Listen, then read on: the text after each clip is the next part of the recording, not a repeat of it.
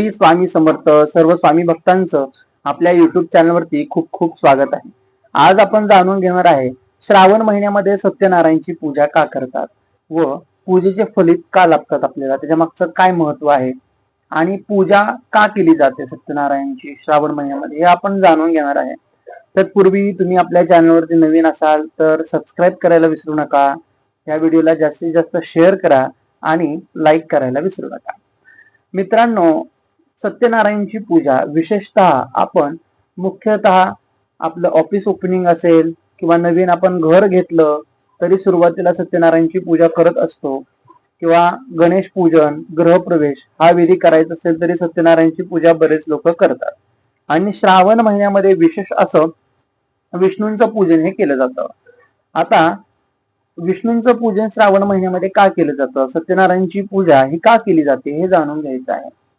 तर आपण पूर्ण वर्ष आपण संघर्ष करत असतो. वेगवेगळ्या पद्धतीचे आपल्या जीवनामध्ये संकट येत असतात. वेगवेगळ्या पद्धतीच्या लोकांना, वेगवेगळ्या प्रकारच्या गोष्टींना आपल्याला सामोरं जायचं असतं.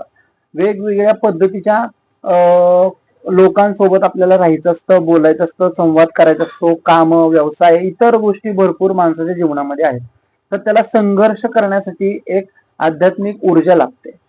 सत्यनारायणची पूजा केल्याने जो पूजा करणारा व्यक्ती आहे त्याचं कुटुंब आणि त्याला त्याच्या जीवनामध्ये नोकरी, उद्योग, व्यवसायामध्ये यश लाभावं ह्या उद्देशाने ती पूजा केली जाते आणि त्या पद्धतीने त्याला फलित सुद्धा लाभत असतं.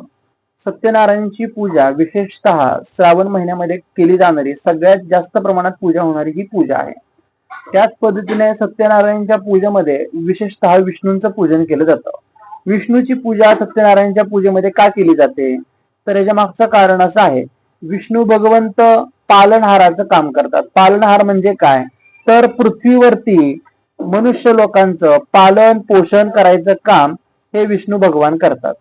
आणि त्यामध्ये नवग्रहाची पूजा केली जाते. नवग्रहाची पूजा सत्यनारायणच्या पूजेमध्ये का केली जाते, तर प्रत्येक ग्रहाचं काम हे वेगवेगळं असतं. शनी काय करतो, शनी न्यायाधीशाचा कारक असतो. शुक्र कशाचा कारक असतो, शुक्र प्रेम विवाह, लग्न, लव्ह मॅरेज, अरेंज मॅरेज ह्याचा कारक असतो. सूर्यग्रह कशाचा कारक असतो, धाडशी व्यक्तिमत्वाचा कारक असतो. गुरु ज्ञानाचा कारक असतो. बुध ग्रह बुद्धीचा कारक असतो. नवग्रहांचं वेगवेगळ्या पद्धतीने महत्व असतं.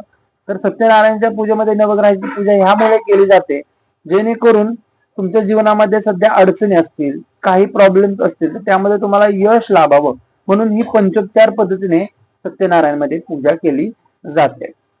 गणेश पूजन मुख्यतः होतच. ही सत्यनारायण पूजेचे महत्व हे थोडक्यामध्ये तुम्हाला मी सांगितलेले आहे. त्याच पद्धतीने आपण केळीचे खांब सत्यनारायणच्या पूजेमध्ये आपण वापर करत असतो. केळीचे खांब आपण सत्यनारायणच्या पूजेमध्ये लावत असतो. त्याच्या मागचं महत्व काय आहे, तर मुख्यतः ते 4 सौभाग्यवतींचं काम करतं. आपला समज असा की ते मंडपाचं कार्य करतं. मंडपाचं कार्य करतं, पण ते एका दृष्टिकोनाने 4 सौभाग्यवतींचं कार्य करतं. 4 सौभाग्यवतींचं प्रतिनिधित्व हे 4 केळीचे खांब हे करत असतात. सत्यनारायण पूजेमध्ये आपण तुलसी अर्चन करत असतो. तुलसी अर्चन म्हणजे काय, तर विष्णूंची सहस्त्र नामावली म्हणत म्हणत तुळशीचे पानं आपण बाळकृष्णाच्या मूर्तीला वाहत असतो. म्हणजे काय, तर आपल्या हातून 1000 विष्णू स्वरूप जेवढे आहेत तेवढ्यांची पूजा आपल्याकडे होणार आहे का, एका वेळेला नाही. तर तेवढ्यांचं स्मरण करून ती तुळस आपण वाहिल्यास तेवढ्या विष्णूंच्या स्वरूपाची पूजा आपल्या हातून घडते असं होतं.